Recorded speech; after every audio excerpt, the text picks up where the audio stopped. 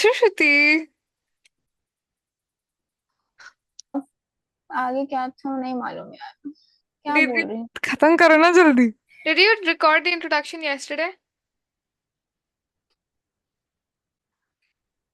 किया तो था मैंने, वो सेव हुआ है कि नहीं।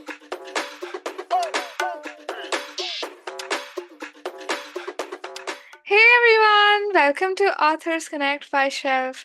This is Shruti, and Khadija.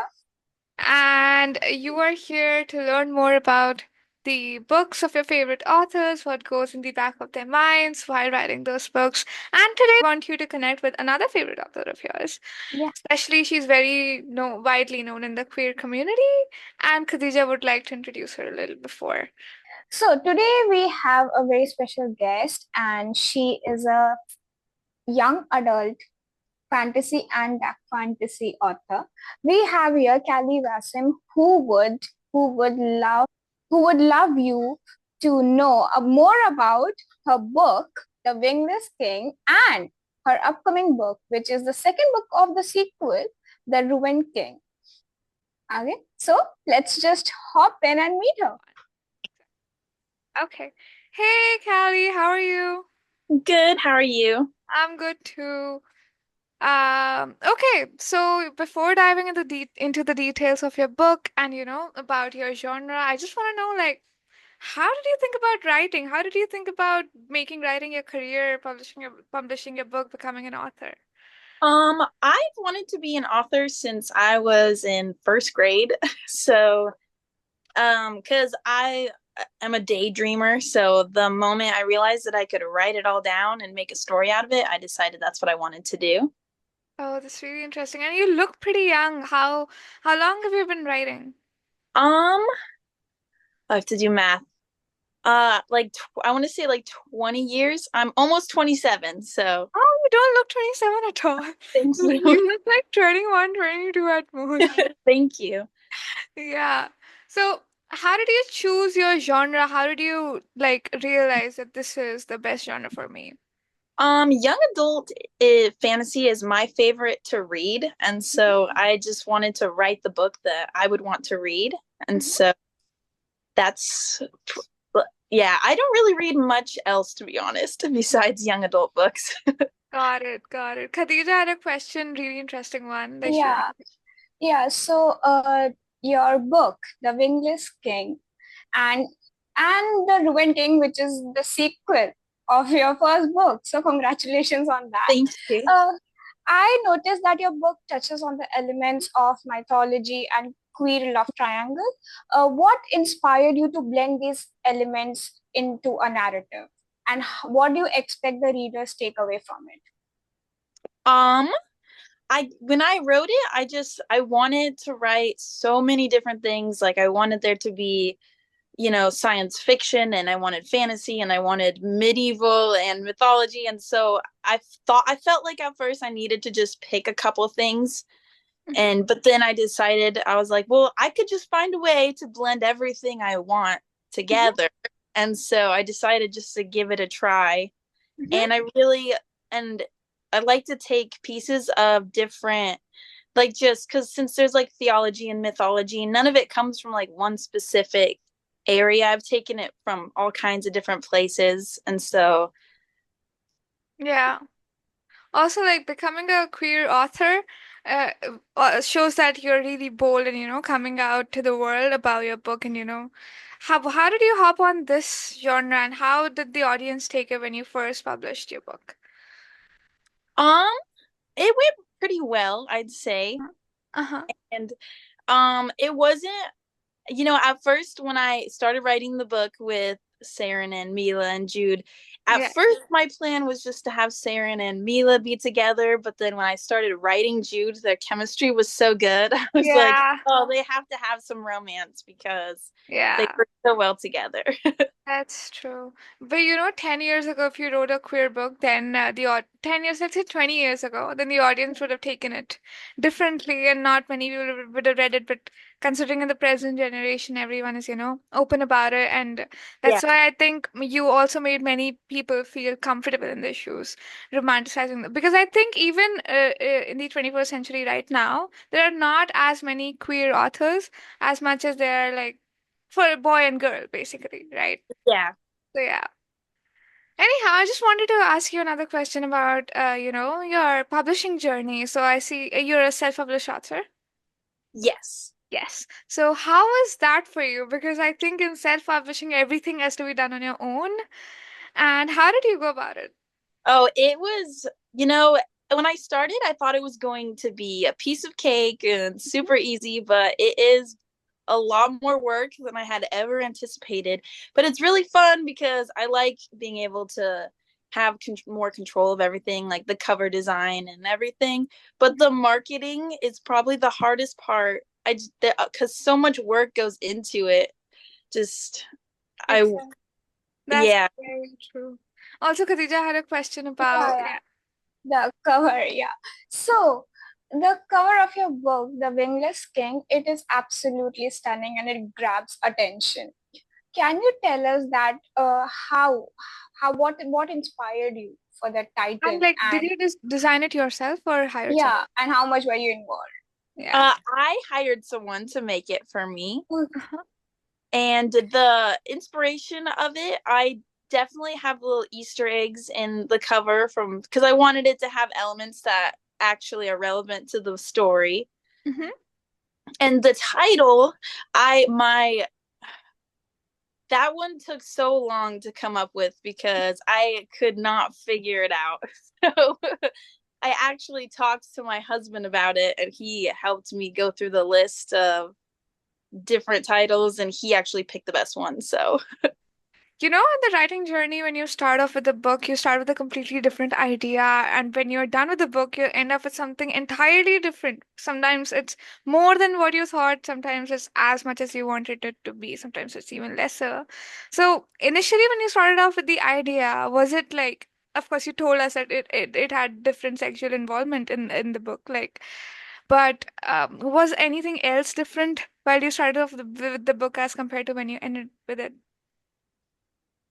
well, definitely a lot changed because I actually first wrote this book when I was 12. And so it like I've had these characters for a very long time and so much changed throughout the editing process and it was really bad at first. It was so bad. The whole thing.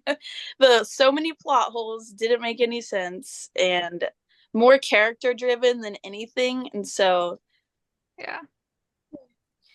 About your about the character art on your Instagram, amazing.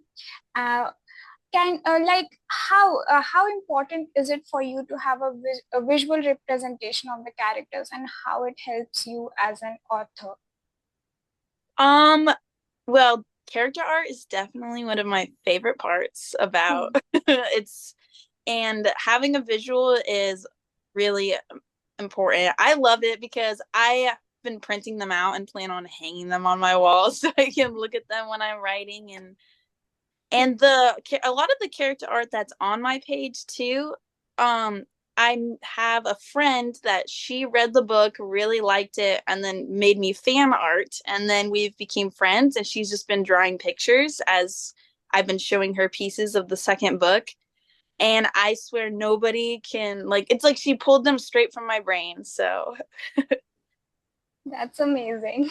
Yeah. Also, like considering, are you a full-time author or are you doing any other job at the same time?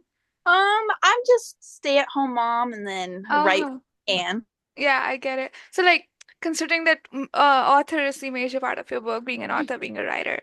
So, do you want to explore any other genre when it comes to writing, or do you want to stick to this? If you want to explore any other genre, what would that be? I will probably always stick to fantasy because I love fantasy. But I did start a side project that's more like new adult. Uh-huh. And it's still like around dark fantasy, but it's more like dark academia too. And so I'm experimenting with that and going to see where that takes me. Uh-huh. Yeah. Interesting. Uh, Also, like, okay, you go ahead. okay, so you are still editing your next book, The Ruined King. So, how is it for you to edit that book and while promoting The Wingless King? How do you do that?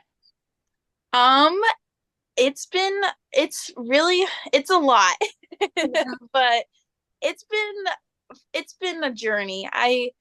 It's not I like being able to like I actually just reread The Wingless King. It's been like a year since I've Yeah. even read it because after I published it, I was like, I don't even want to look at it anymore because I was so nervous.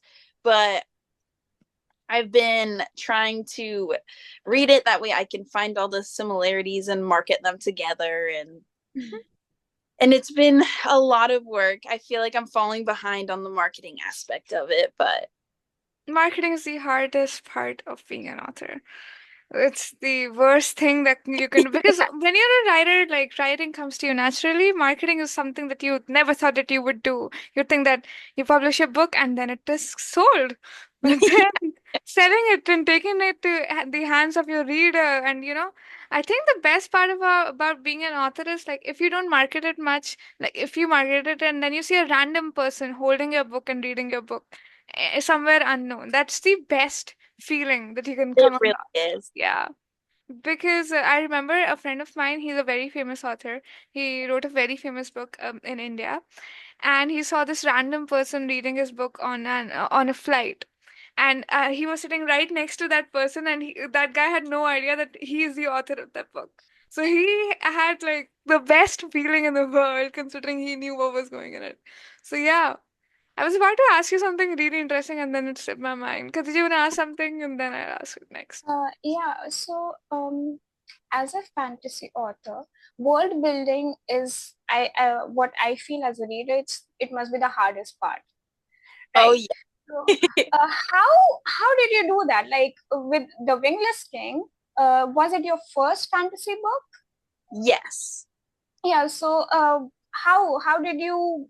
What was your journey with it? I mean, That was definitely the hardest part. It took me a long time to figure it all out because I knew I wanted the science fiction aspect, but I wanted like kingdoms and Middle Ages and mm, all the stuff. So I was like, how in the world am I going to do this? But then I just came up with once I came up with the idea of the godless city that like it could be separated from everything else, all the sciency technological stuff, then that helped a lot. And then my husband we play Dungeons and Dragons sometimes, and so we have tons of Dungeons and Dragons books, and I looked through those, and those helped too to come up with ideas and Hmm. mm, Also, like mm. world building, what do you prefer more?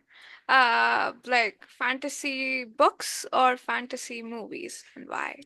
Um, oh, that's a hard one. I want to say because because I feel like they always portray it, the best, but I do love fantasy movies too. So I love Yeah.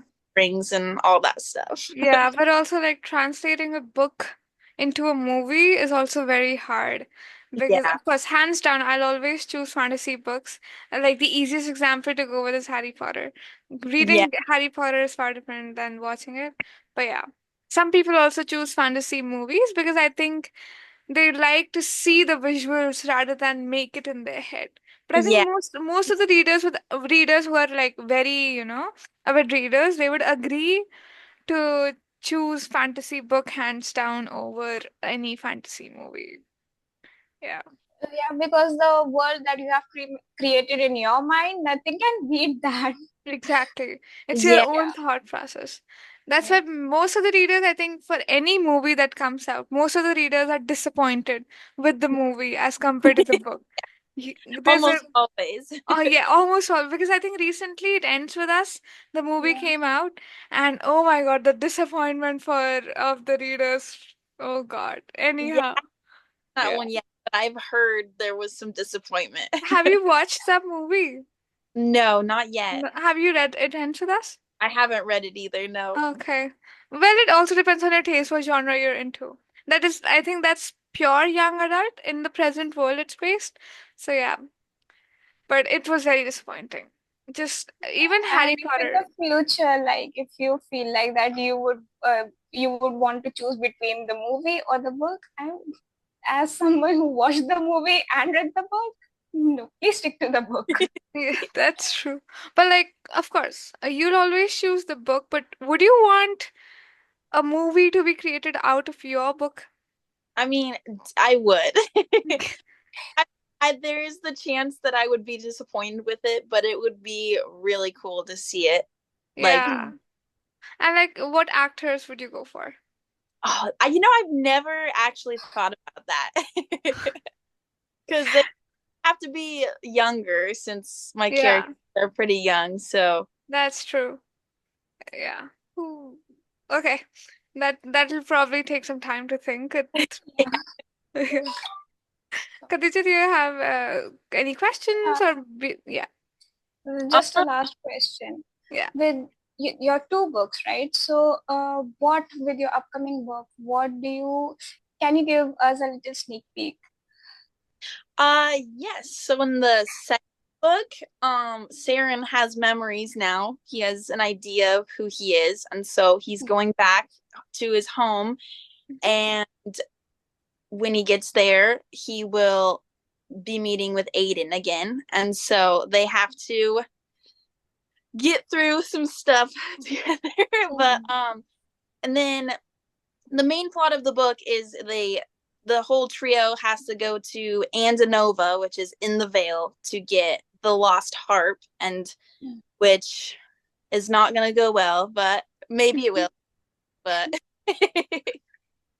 That's something for the fans of like the Wingless King. Yeah. When will it be coming out? Do you have any tentative date? I'm thinking about releasing it in March around the same time that I released the first one. So Uh-huh. That's nice. So like after 2 years of the first book. yeah, I think a year. It's been a A year. year. Okay. Okay. Interesting. Do you have any closing marks for your readers? Anything you want to say to them? Yeah. Just thank you for all the support. Yeah. Great. And also, would you like to give an advice to the aspiring authors, especially that are wanting to write in the fantasy genre? Also want to self-publish themselves. Yeah. Yeah. I would say the best advice that I've been given is just to the hardest part is just to start doing it because it can feel really overwhelming when you think about all the pieces that go into it. So Mhm. just write it down, just write that first draft and don't think about anything else. Even if you think it's terrible, you just need to get the words down and start, because that was the hardest part for me is I would just stare at like 5 pages and be like, I can't do this. And so I just had to kind of let go and just write the whole thing. That's a really smart and valuable advice because I've seen many people give in midway through the author journey because they get overwhelmed by the process and they cannot write 1,000 words every day. It becomes very hard for them to follow up with the story. Yeah. So yeah, following your book, following the first draft, getting through it, and by the fifth draft, usually authors get super exhausted because most of them have to edit it at least twice Yeah. before bringing it to the final audience. So yeah, many people are not able to make it through the first draft. So that is very valuable advice. Anyhow, I think with this we are almost at the end of the podcast. And thank you for coming here, Yeah. Kaylee. So much Yeah. for Thank you so much for joining us. I'll see you soon. And whenever your second book is coming out, just tell us. We're just going to drop a post on our Instagram and our social media to just let your readers know that your second book is coming out. awesome. Thank you. No problem. Thank you for coming. Bye.